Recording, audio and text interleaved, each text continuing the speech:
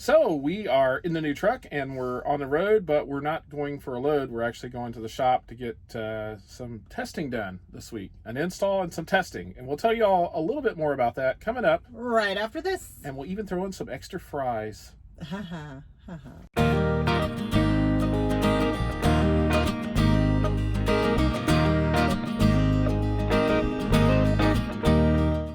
Hi everybody, I'm Judy. And I'm Jim, and welcome to It's a Highway Vlog, where you get to travel the country with us, and you don't really know what camera angle we're going to be using, because we changed it right in the middle of the video. So, there you go. So here we are, and there we'll be. Yeah. Well, hey, good Sunday afternoon, everybody. We are at the, where are we at? We're at the No, we are at the Pilot. Pilot in Beaver Dam, Ohio. Woo! About an hour away from the house. About an hour away from the house. Yeah, we are actually on our way to Indianapolis. We are actually going to get our Blue Tree installed. That's a temperature data recorder that our carrier uses instead of an Ameriscan. So we're gonna deliver the truck there first thing in the morning. They're gonna install it, and then it's got to go through all of its testing to make sure everything works. Yes. Perfectly. Yes. So, and then they have to do a pad test. That's part of the same test that we had to do at FedEx. And basically it runs through a series of, I don't know, tests. they run it takes about 3 days. Yeah, they run it at 3 different temperatures, and it has to run for so long. And then when it's done, it's done. It's done. And we're hoping to get it back Thursday. Yeah. And then hopefully to be able to take off rolling. Right. So when we get that, hopefully, with everything passes and everything, we will be cold chain certified. Also, T-Val, this carrier uses. Yes. I don't think it's carrier specific. I think it's government specific or FDA specific. Temperature validated. So those shipments are ones where they have to record all the temperatures to make sure everything stays in range. It's a government thing, FDA, all that fun stuff. Yeah, we don't know any.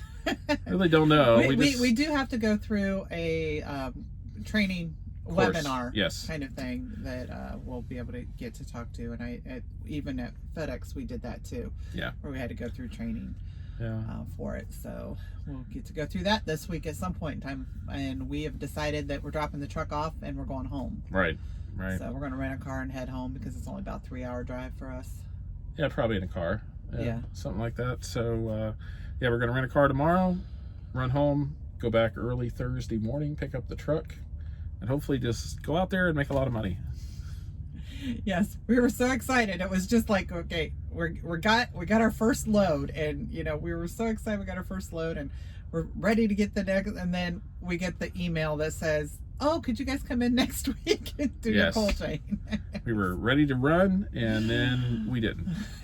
And we thought we might have to wait a couple weeks for it, more. So we had planned on, we stocked the fridge, stocked the freezer, and if there's one thing that one of the things about taking things to shops that I want to warn everybody about, because it happens, is if you have a fully stocked refrigerator and freezer like we did, or we had to go back out, when you take it to shop, they don't always remember to turn the generator on or either or plug it in, or what are the things called, the tri-packs, those things.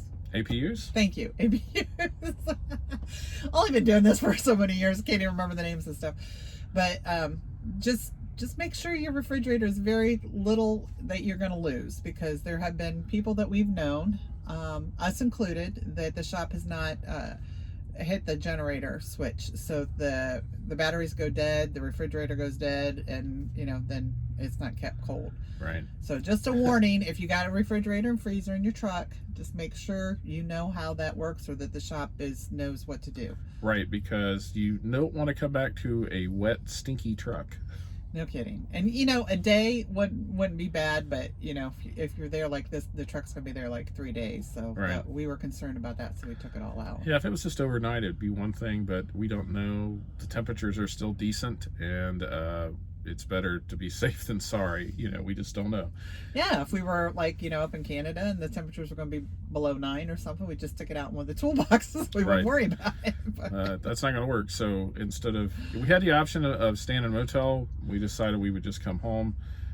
Yeah, they did offer to keep us up in a motel. Yeah, we could have. And we've got a few things left to do. We got some garden to clean out. Yeah, and a bonfire to do because all the brush and stuff we got to get ready out of the house. So anyway, we got stuff to do. Yeah, we just wanted to stop and do a little video here Sunday afternoon. Yeah. Never mind. Anyway, I did want to tell a little bit of a story today that we stopped at the Love's in Upper. Jim took the truck and I was taking our pickup truck to my mom and dad's, and we decided to go in and grab a bite to eat before we left. And I got it to go or whatever, and I did the whole value meal, which is very unhealthy, but I did it anyway. Got out to the pickup truck and looked inside and noticed that the large order fries was missing from my bag. And I told Jim, I said, you know, someone's way of telling me I really don't need those fries. You know, I shouldn't be eating them. I don't need them. Not me. And so I was just like, oh, should I go in? And then my brain went, well, I did pay for them. You know, I probably should go in and get them. And, you know, my dad will eat them or somebody will eat them, you know, even if I decide not to. So I decided to go back in, and the girl she was so sweet. She goes, if I wouldn't have had 3 deep customers sitting and waiting for their food, she said, I would have ran them out too. She says, I knew as soon as you walked out that door, I had forgotten to give them to you. And she said, I am so sorry. I'm so sorry. So the dilemma of not having the fries to eat soon changed, because she gave me not only the fries that she forgot, but she also threw in a cookie and an apple pie too. Yes. Okay. So Jim's gluten, you know, he can't eat any of that. Nope. So it's just like, all right, so I went from the dilemma of, yeah, I probably shouldn't have even ordered them in the first place, to going ahead and going in and getting them, and then getting 2 or 3 other things on top of that to eat. Needless to say, they're still down here for just, I'll warm them up later kind of thing. But I just was like, whoa. I highly doubt they'll survive the evening. They might not. They will not. They probably won't make it to Indianapolis. No. No. But anyway, so I just thought I'd share, you know, sometimes it's one of those things, but she was so sweet and so nice, and I so appreciate it, other than the fact that I don't need any of that extra stuff. But it's here, it was so sweet of her to do. It was. Thank you. Anyway, so that's my story for today. Yeah, so any more stories you want to tell? I don't think so, other than grandson things, but nobody's really interested in that anyway. Yeah. Of course they are, but I don't want to discuss what he discussed last night with us. Okay. So anyway, we're going to head on down the road here in a few minutes, and we will probably be doing some videos once we finally get into the truck.